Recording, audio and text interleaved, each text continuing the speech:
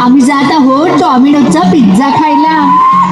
ताई, pizza, burger, KFC, Domino's सारख्या कंपन्या भारतात आल्या आणि भारताचं आरोग्य धोक्यात टाकलं आहे. आपली संस्कृती नाही हे खाण्याची. आम्ही भारतीय लोक आहोत. हे पिझ्झा, बर्गर, डॉमिनोजचे पदार्थ खाऊन मोठमोठ्या आजारांना आपण आमंत्रण देत आहोत. आम्हीच आमची आर्थिक बाजू कमकुवत करीत आहोत. समजलं का? म्हणजे आम्ही ही गोष्ट केली तर देश गरीब होतो का हो दादा? नाही हो ताई, तसं नाही म्हणायचं मला. भारतातील 121 कोटी लोकांपैकी फक्त 10% लोकांनी जर दररोज 10 रुपया किमतीचा पाव वडा खाल्ला तर महिन्याभरात जवळजवळ 3600 कोटी रुपये शिल्लक राहतील. अहो, आम्ही स्वदेशी आहोत ताई. पावभाजी, भेळ, पाणीपुरी, पाववडा, पुरणपोळी, आमटी, भात, कुरडया, नागली पापड, बाजरीची भाकर आणि खानदेशी खुराक याची मजाच लई वेगळी आहे. सॉरी दादा, खरंच आमचं चुकलं. आम्ही भारतीय लोकांनी जर 10 रुपये वाचवले तर भारताची आर्थिक बाब सुधारेल, हो ना? मित्रांनो, अमेरिकन लोकांनी आपल्याला वेगवेगळ्या पद्धतीनं वेडं बनवलं आहे.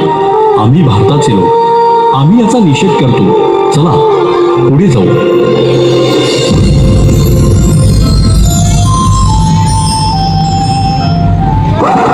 गणपत चल दारूला, गणपत चल दारूला. भाई चला थोड़ा कम, थोड़ा पानी मिला. भाई चला थोड़ा कम, थोड़ा पानी मिला. थोड़ा टेबल वेबल साफ कर देना यार. थोड़ा टेबल वेबल साफ कर देना यार. गणपत चल दारूला. गणपत चल दारूला. गण्या, आयफोनची ऑर्डर टाकली बरं का अमेझॉनला. आयफोन घेतला तुझ्या भावानं. मंग्या, मंग्या, गड्या, बबल्या, अरे तुम्ही ऑनलाईन वस्तू मागवा. बघा बघा, मी पण नॅकीच्या सँडल मागवल्यात.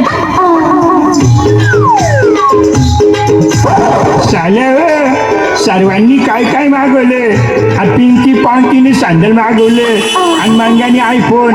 आणि का रे बब्या, तू जॉर्डनचे बूट घेतले ना, मग मला तिघं मिळून आता पार्टी दे बरे. अरे देतो रे भो. अरे काय लावून दिलं तू. अरे बापरे, मग तर एकदम भारी काम होणार. लगेच तयार झाले तुम्ही सगळेजण बरं का. चलो पार्टी करते है.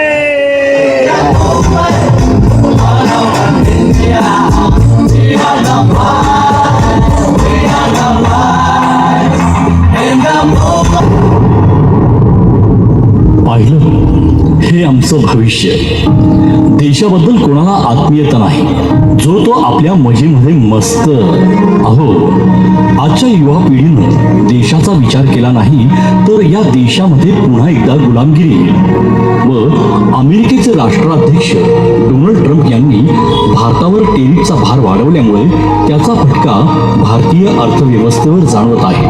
आणि आजची ही पिढी भारतात उच्च शिक्षित होऊन विदेशात तेथील जागतिक दर्जाच्या कंपनीत CEO म्हणून कार्य करते, उच्च पदावर कार्य करते.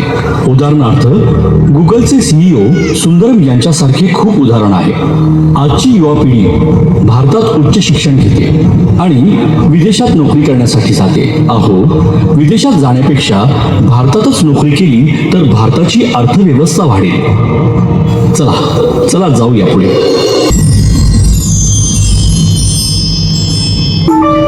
जय श्रीराम. जय श्रीराम. दादा, आपण जे शीतपेय पित आहात हे कुठल्या कंपनीचं आहे? अरे जाऊ दे रे भाऊ, ही पॅप्सी आहे, पॅप्सी. अरे याच्याकडे कोको कोला आणि त्याच्याकडे थम्सअप आहे. आमच्या सर्वांच्या वेगवेगळ्या चॉईस आहे भाऊ. पुढे जा तू. पुढे काही नाही. तुम्ही जे प्रॉडक्ट वापरत आहात याचा फायदा आपल्या देशाला किती होतो? भाऊ, अरे तुला खूप हुशार दिसतो यार. दादा, प्रॉब्लेम काय आहे रे तुझा? प्रॉब्लेम काहीच नाही. तुम्ही जे शीतपेय पित आहात, कोको कोला, पेप्सी, थम्सअप, हा जो पैसा जातो तो आपल्या देशात न जाता विदेशात जात आहे. आपण जे करत आहोत ते फक्त विदेशाला श्रीमंत